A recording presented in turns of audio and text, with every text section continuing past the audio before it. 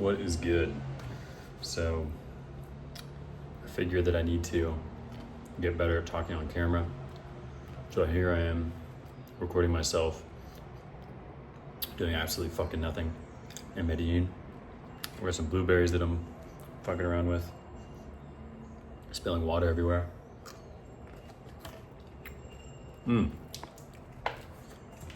So tasty, so wet. It's fucking disgusting. But anyways, essentially what I am coming to understand is that there is a need for putting more of myself out there in this capacity in order to build an actual relationship with the audience who will choose to follow me, which I don't know why anyone would necessarily in the beginning. Like I do have a lot of things that are cool to share, but who in this world does not feel that way? Like everyone always feels like they have something incredible to share, and then once they hit record, like I'm doing now, you realize, it's actually a little more challenging than I had initially thought. So one of the things that I've wanted to do with the podcast is eventually, in my mind, sell a product, sell something to go along with the podcast that goes really well with the pursuit of constantly learning, staying curious, all that good stuff, all that fun jazz. And I had thought that there was going to be a point in which I would be able to sell this, like maybe a threshold of 1,000 followers or 10,000 followers on YouTube.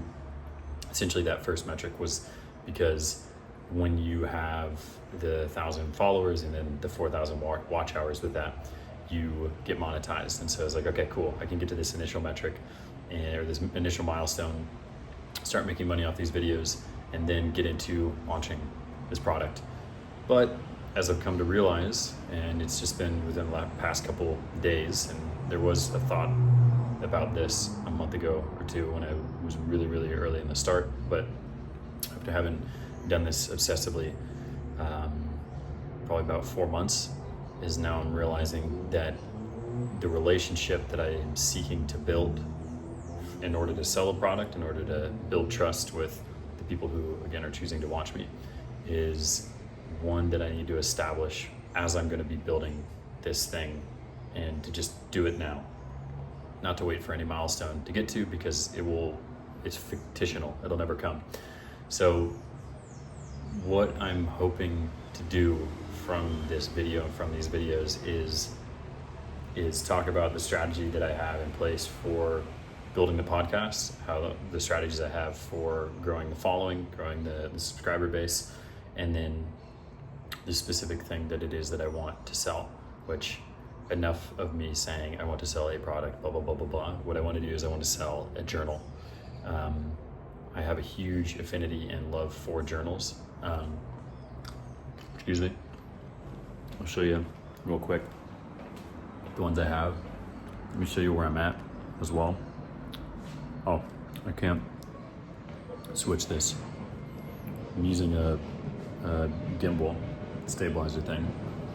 I'm here in Medellin, Colombia. Pretty cool view.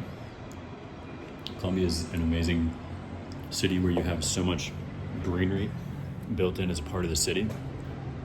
And you can just see outside of my balcony that there's just tons and tons of trees that are here. And you have a beautiful city. It's in a valley, or it's in a bowl or whatever. Just so it has a couple cool things going for it. One, you have tons of beautiful nature. Let me turn this around. You have tons of beautiful nature. And it's also known as the land of the eternal spring, which is really cool. So you have a really stable climate that stays like this year round. Essentially, it doesn't really get hot, doesn't get too cold. It does rain sometimes, quote unquote. Oh, I just threw a blueberry off my fucking balcony. 8 floors up. Let's just make sure that didn't. Cool. I can see it down there. Anyways, cool place. This is where I'm at. And what it is that I'm trying to say is that I've realized that the product that I want to be selling, that I will be selling, is I need to just do it. Document the journey. Document all that shit. get into it. So journals I like to use are these moleskin ones, and essentially there's a structure that I've been doing every single day for writing out my thoughts and then ensuring that I get the most out of it.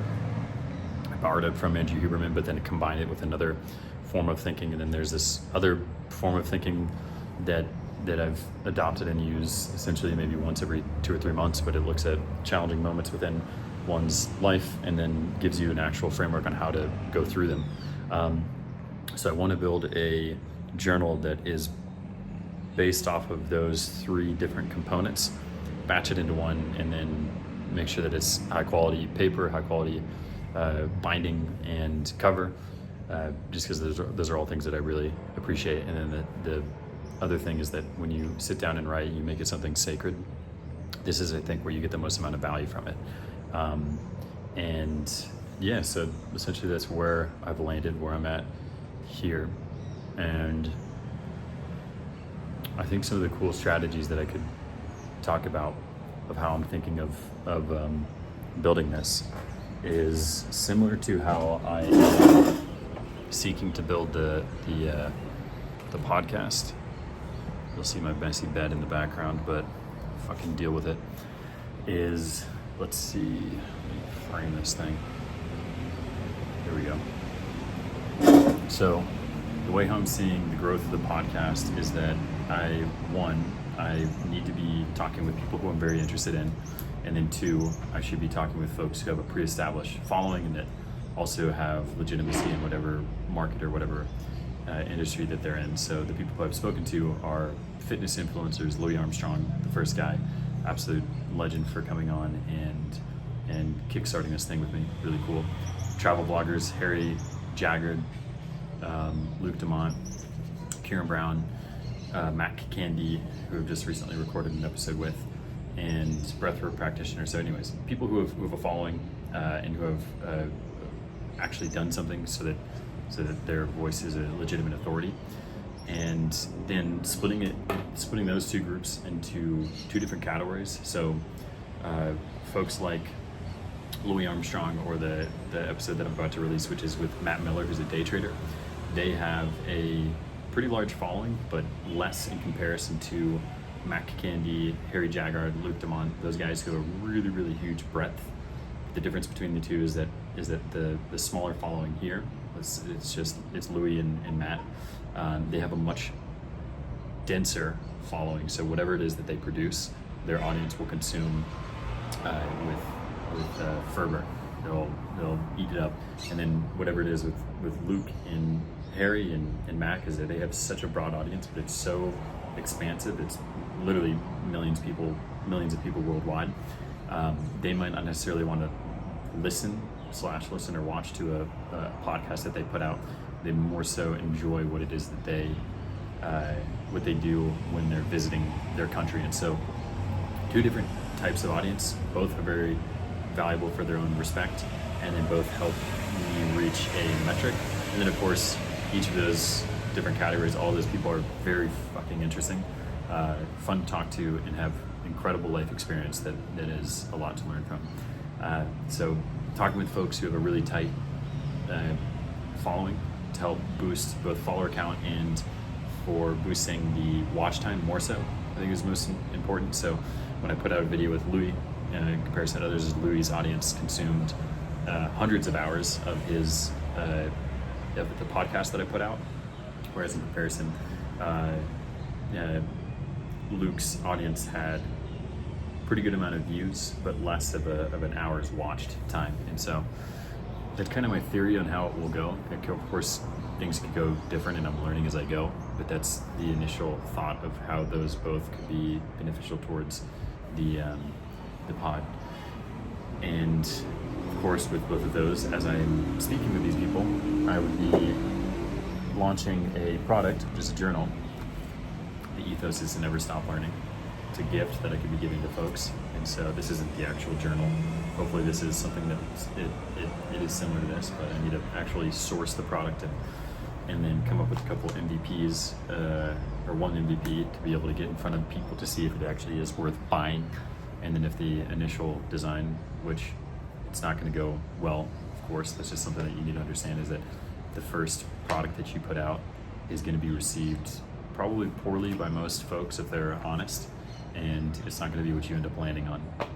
So I will push that out, get it to as many people as possible, get some feedback, and then iterate based off of the learnings that I gather back, and then continue with the building of that and then recording these videos. And yeah, of course, just to go back a second, is that as I'm doing these interviews, as I'm talking with people, what I will do is of course give it as a gift, with the hope of two things. One, that they actually use it and that it's good, and then two, that they could promote this in their own audience to help cross promote this and get the journal out to even more of an audience. So it's kind of a mouth vomit of what it is that I'm doing. Kind of what I'm thinking is I need to start documenting this. I was talking to my editor, Dan. Fucking shout out Dan the man. What a goddamn legend.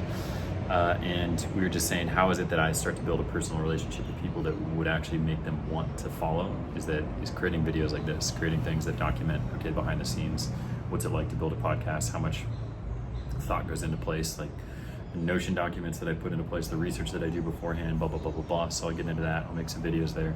But I guess this is a initial clip that I wanted to get out just to get things going, just to get the ball rolling, and we'll see where we go from here. Pretty pumped. I haven't felt this good about doing something in a significant period of time. I guess it's just whenever I'm creating, I really feel present and feel like I'm doing the right thing. I've had past jobs that are amazing, but they're not like so in tune with creating. They're more in just like way heavy focus on business and management, and so it's not as much as the creative fulfillment that comes from this, because it really is a piece of magic that comes from the conversation that you end up having with the person, or what I've been getting into recently, which is here in Latin America, which is just going and finding cool people, finding interesting people, and then sitting down and talking with them and seeing what the fuck happens. It pushes you to dig for interesting things that person might know about that the rest of the world might not. So a question that I've been asking is like, oh, what do you know that no one else does? And then the answer is interesting or it's not, and then we'll go from there. So yeah, any of you who actually watch this, really appreciate it. If you do end up following this and then you decide to subscribe, super grateful. Again, right now it's pretty cool how anyone who would choose to follow is it's awesome, and I'm grateful for it. But yeah, so giddy up or giddy out, as they say.